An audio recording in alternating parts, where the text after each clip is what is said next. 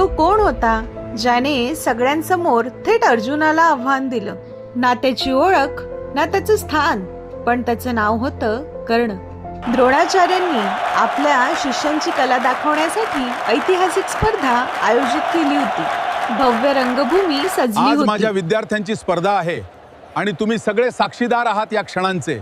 आज जगाला कळेल आपण किती शक्तिशाली आहोत ते. अतिशय उत्साही वातावरणात स्पर्धेला सुरुवात होते. सुरुवातीलाच भीम आणि दुर्योधन या दोघांची स्पर्धा होते आणि यांच्या गदा प्रहारांनी तर संपूर्ण मैदानात थरार उठतो. कुणीही माघार घ्यायला तयार नव्हते.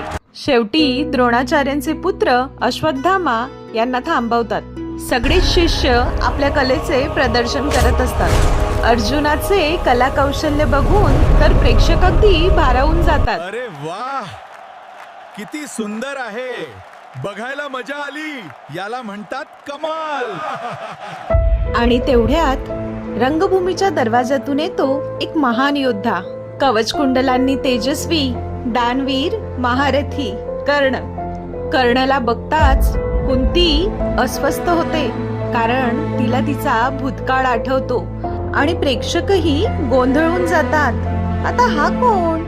कर्ण हा अर्जुनाला आव्हान करण्यासाठी आलेला असतो. मी तुला या स्पर्धेमध्ये हरवू शकतो अर्जुन. हे ऐकताच आधीच अस्वस्थ असलेली कुंती अधिक घाबरते.